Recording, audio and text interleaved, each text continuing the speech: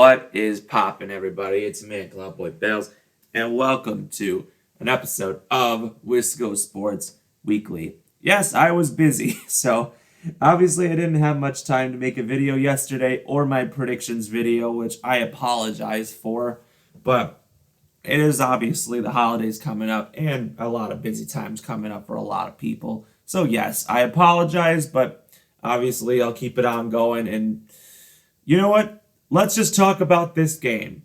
I'd say this was probably, I wouldn't say this was the most dominant game of the season, but to beat the 49ers just feels great. 38-10 was the final score.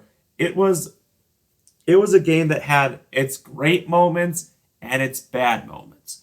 It wasn't necessarily a blowout. They obviously, the last two touchdowns weren't scored until closer to the end of the game, which it was kind of didn't really matter at this point.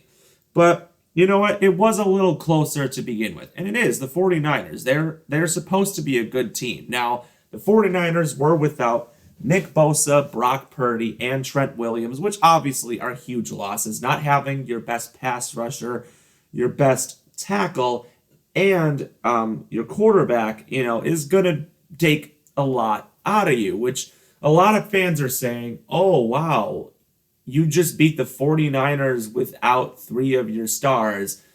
And, if we had them, we would have won. And everyone's using that as an excuse. But yet again, I'm going to remind you 49ers fans that we did not have Jordan Love for 2.5 games, and all those games ended up being wins. So again, I don't know why you're complaining.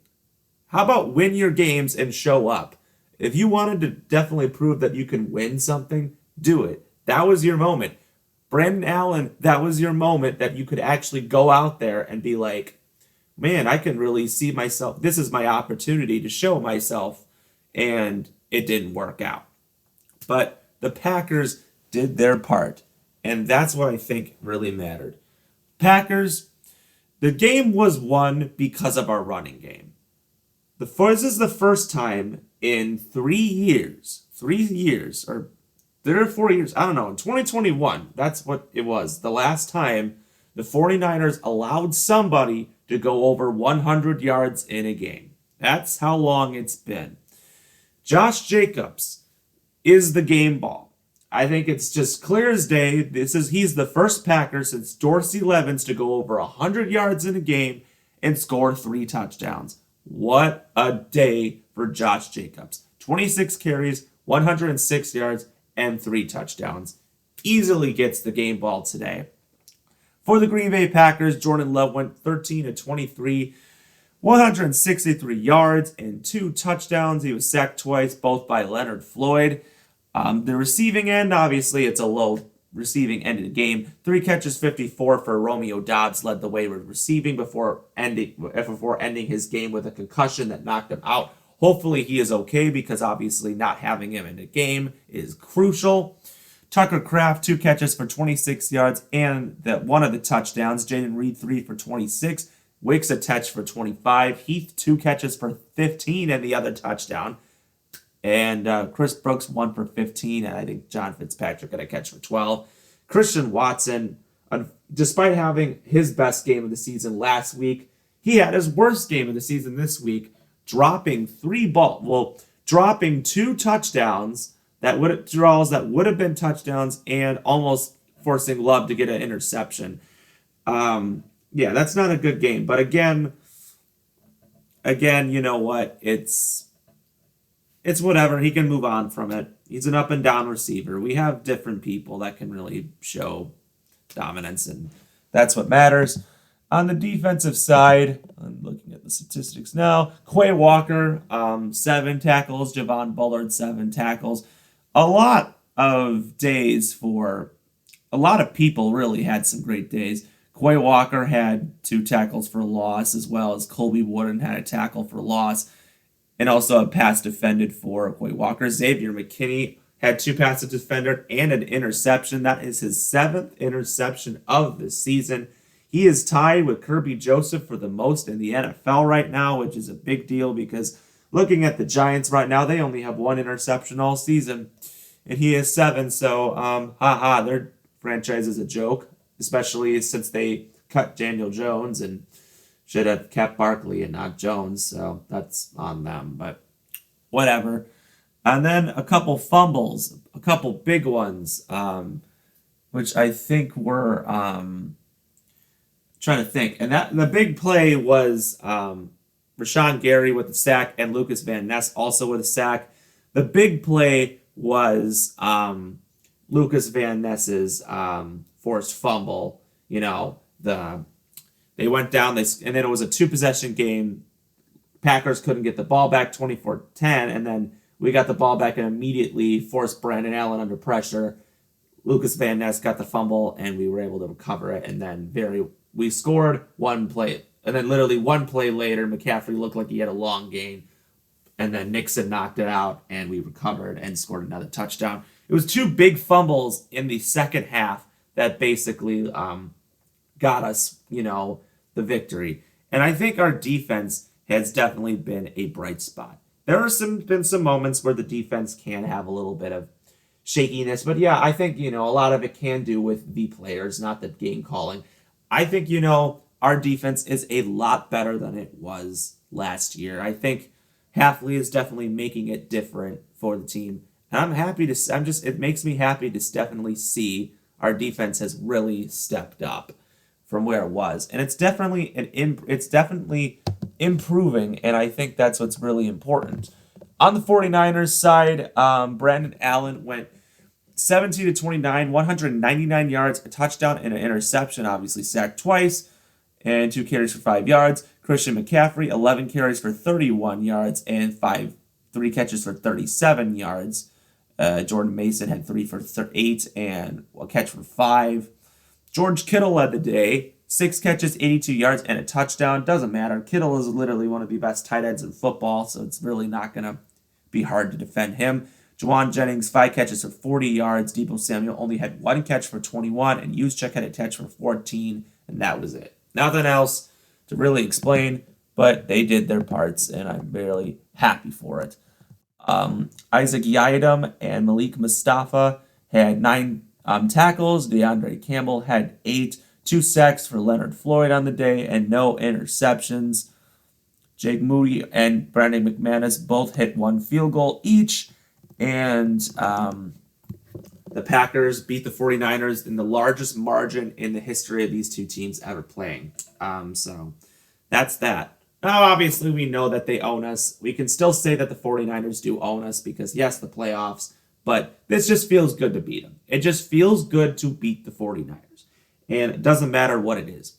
The 49ers are really having a struggling season. I feel like this was I just don't think the 49ers are going to make the playoffs this year. Just looking at their division right now, it's just so close right now. It's just their schedule's really difficult. I don't even see the 49ers making the postseason. It's just simple as that. The Packers, on the other hand, right now our focus is to get into postseason. Despite being 8-3, I feel like it's still a hard road to get to. Next week, let's talk about it. 3 days from now, we play the Miami Dolphins on Thanksgiving. So I think that obviously the Packers, they wanted to make sure the Packers would get a Thanksgiving Day game because I think they felt bad that Jordan Love didn't get a turkey like last year. So let's just sit there and say and hope that the Packers win on Thanksgiving. But this Miami Dolphins team is hot. They are, ever since Tua came back from his concussion, his injury, this Miami Dolphins team is looking really dangerous right now. Waddle was quiet all year, and he finally had a breakout game. The Tyreek Hill hasn't been himself this season either, but a lot of it had to do with Tua not being available. They have a great running game. Devon Achane, or whatever his name is, having a great season. Their defense had their best performance last week. This Miami team is no joke, and they're going to come into Green Bay and try to get a win. They won a primetime game against the Rams. They demolished the Patriots last night. I'm you got to be on that. They got to be on their A game if they want to beat this team. I mean, and the last time we faced the Dolphins, we concussed Tua, and we beat in that game. I felt like just should have never really been a win, but because out of respect, Tua should have never been in there if he was hit that hard. It was a mistake on their end, but this is going to be interesting. We're going to get a healthy Tua. We got to pressure the quarterback because these are some fast wide receivers. This is how this team is. Lucky it's a home game. I'm glad it's a home game, be in the cold. And, this will be actually, I think, the first time Tyreek Hill ever plays in Lambeau Field, now that I think about it. Out of his whole career, it's crazy to think about it. But, yeah, this is very exciting of a game. And then, very week later, you got to play in Detroit. You got to play Seattle in Seattle. The Saints, they are playing a little better ever since they fired their coach. And then, in Minnesota and then hosting Chicago, it's going to be difficult because you look at our division right now. Detroit, I feel like if we lose to Detroit, I feel like it's going to be very difficult to come back from that and say, all right, that's it. It's going to be very difficult to be back, to where, we were. And then, Seattle is a very hard place to win. I mean, I think a lot of people do know that as well. And Minnesota's a hard place to win. It's not an easy schedule. I think, and Minnesota is managing to win their games. That is Minnesota for you. But it's going to be close. Right now, my focus is to just get into the postseason. I think the division is a long shot if we do not beat the Lions, but we have to hope the Lions lose maybe against the Bears or something because you never know.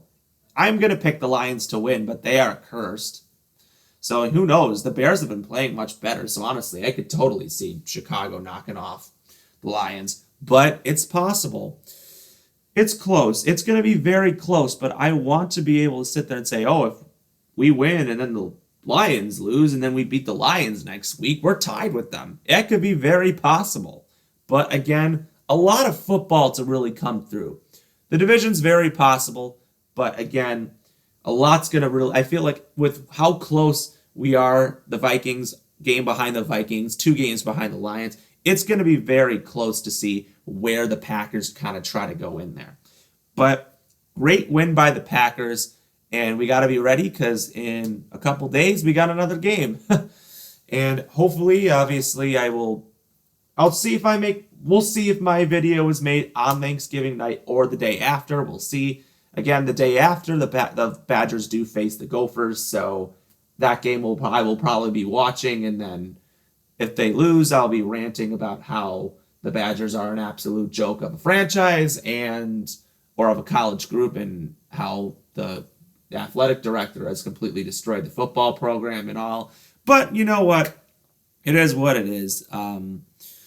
Hopefully you all enjoy your Thanksgiving. If you have not seen this video, enjoy it with family. Got some good Thanksgiving Day slates except the Cowboys-Giants game. But other than that, it'll be great. So if you like what you see, comment below, subscribe with thoughts. And as always, we will see you next time. Go Pack, go!